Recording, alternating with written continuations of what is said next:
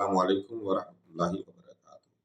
الصلاۃ والسلام علی رسول الکریم، اما بعد، اعوذ باللہ من الشیطان الرجیم، بسم اللہ الرحمن الرحیم۔ ناظرین، آپ کی خدمت میں حاضر ہوں، محمد فاروق بٹ۔ طبیعت کی خرابی کی وجہ سے میں 2 دن حاضر نہیں ہو سکا، جس کے لیے میں معذرت خواہ ہوں۔ آج ہم چوتھی قسط آپ کی خدمت میں پیش کریں گے، جو کہ ہم افغانوں کے حوالے سے آپ کی خدمت میں پیش کر رہے ہیں۔ ہم آپ کو یہ بتائیں گے ان تمام سیریز کے اندر کہ افغانوں کی اصلیت کیا ہے، ان کا پروپیگنڈا کیا ہے، اور یہ اپنے حوالے سے کتنی بڑی بڑی ڈنگیں مارتے ہیں۔ آج کی جو چوتھی قسط ہے، اس پہ ہم سوویت حملہ، خانہ جنگی، طالبان کا عروج اور 9/11 جیسے 4 بڑے واقعات کو ڈسکس کریں گے۔ 1979 کی بات ہے، 1979۔ دنیا کی 2 سپر پاورز میں سے ایک سوویت یونین نے افغانستان میں انویڈ کر دیا، یعنی کہ یہ افغان حکومت کے کہنے پر افغانستان میں داخل ہو گئے۔ اس کو عمومی طور پہ ہم یہ کہتے ہیں کہ افغانستان پہ روس نے حملہ کیا۔ روس نے افغانستان پر حملہ نہیں کیا تھا، بلکہ افغانستان کے اندر جو کمیونسٹ حکومتیں تھیں، انہوں نے اندر کی اپنی اندرونی لڑائی کو ختم کرنے کے لیے یا اپنی اندرونی لڑائی میں اپنی حکمرانی کو مضبوط کرنے کے لیے روس سے مدد مانگی، اور روس کی فوجیں کابل تک پہنچی۔ یہ انویژن یا یہ روس کا آنا، یہ صرف ایک حملے کی صورت نہیں تھی، یہ افغانستان کے حوالے سے بھی نہیں تھا۔ اس کی وجہ سے بہت جگہ گھنٹیاں بج گئی۔ خطرے کی یہ گھنٹیاں نہ صرف یہ کہ افغانستان کے اندر بجی، بلکہ گلف میں، بحیرہ عرب میں، ساؤتھ ایشیا میں، اور یہ دور وہاں نیٹو اور امریکہ میں بھی خطرے کی گھنٹیاں بہت زیادہ سنائی دینے لگیں۔ وجہ یہ تھی کہ روس بحیرہ عرب تک پہنچنے کے لیے اپنے دل میں بہت سارے خواب سجا چکا تھا۔ اس حوالے سے افغانستان اس وقت صدر نور محمد ترکی، پھر حفیظ اللہ امین اور پھر نجیب اللہ کے زیر اثر ایک کمیونسٹ ریاست بن چکا تھا، جس کے نظریات ماسکو کے ساتھ جڑے ہوئے تھے۔ یہ یہیں تک رہتا، کمیونسٹ حکومت کی امداد تک ہی رہتا تو ٹھیک تھا، لیکن کابل کا اگر آپ دیکھیں رہن سہن، معاشرت اسلام کے ساتھ بہت زیادہ جڑی ہوئی ہے۔ جب اسلامی شاعر کی خلاف ورزی کھلا ہونے لگی اور یہ حکومت کی سرپرستی میں ہونے لگا، تو عوام کی اکثریت کیونکہ یہاں پر اسلام سے جڑی ہوئی ہے اور اسلام ان کے اندر بہت راسخ ہو چکا ہے، تو اس وجہ سے ایک بہت بڑا تضاد سامنے آیا، جس کی وجہ سے اندرونی خلفشار اتنی بڑھ گئی کہ روس کو انٹرونشن کرنا پڑی۔ روس کے ٹینک، روس یا سوویت یونین ہم اسے کہہ لیتے ہیں، سوویت ٹینک جب کابل میں داخل ہوئے تو افغان عوام نے تاریخ کا ایک طویل ترین جہاد شروع کیا۔ پہلے تقریباً 1.5 سال تک قبائلی عمائدین جو ہے اور جو سردار ہیں ان کے، وہی اپنے طور پر سوویت یونین کے ساتھ لڑائی کرتے رہے، یہاں تک کہ پھر پاکستان انوالو ہوا، اور پاکستان نے پھر امریکہ، سعودی عرب اور دیگر لوگوں کو اس کے اندر انوالو کر کے، تو اس افغان جہاد کو، افغان آپ جہاد کہہ لیں یا افغان جو مزاحمت تھی، اس کو منظم کرنا شروع کیا۔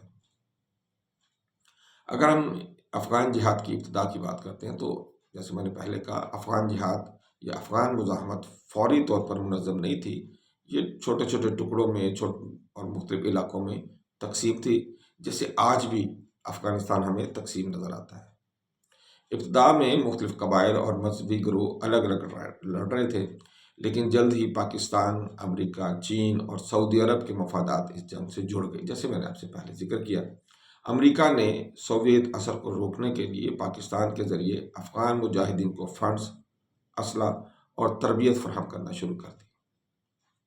CIA کی خفیہ کارروائی، جس کا نام آپریشن سائیکلون تھا، اس کے تحت گلف کی مالی مدد سے اربوں ڈالر کے ہتھیار افغانستان میں داخل ہونا شروع ہوئے۔ ان ہتھیاروں میں جو ایک بہت کارگر اور بڑا لیتھل ہتھیار تھا، یہ کندھے پر رکھ کر چلایا جانے والا سرفس ٹو ایئر یا اینٹی ایئر کرافٹ اور اینٹی ہیلی کاپٹر امریکن سٹنگر میزائل تھا، جس نے جنگ کا پانسا ہی پلٹ دیا۔ پاکستان میں اس وقت جنرل ضیاء الحق کی فوجی حکومت تھی، جس نے اس جنگ کو جہاد کے طور پر پاکستان میں اور اسلامی ممالک میں پیش کیا، حتیٰ کہ امریکہ جیسا ملک، جہاں صدر ریگن اس وقت بیٹھا تھا، جہاد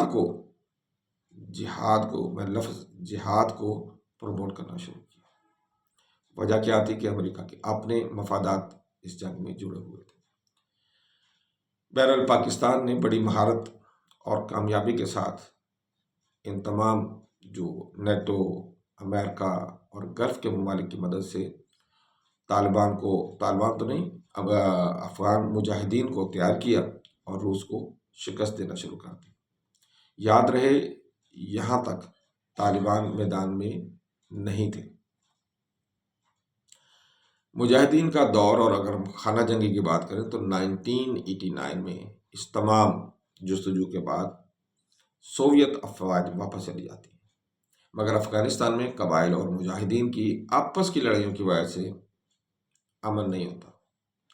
پہلے یہ الگ الگ سوویت یونین سے لڑ رہے تھے، پھر یہ متحدین کیا گیا پاکستان کی طرف سے، لیکن جیسے ہی سوویت یونین یہاں سے نکلتا ہے، یہ آپس میں اقتدار کی جنگ میں لڑائیاں شروع کر دیتے ہیں۔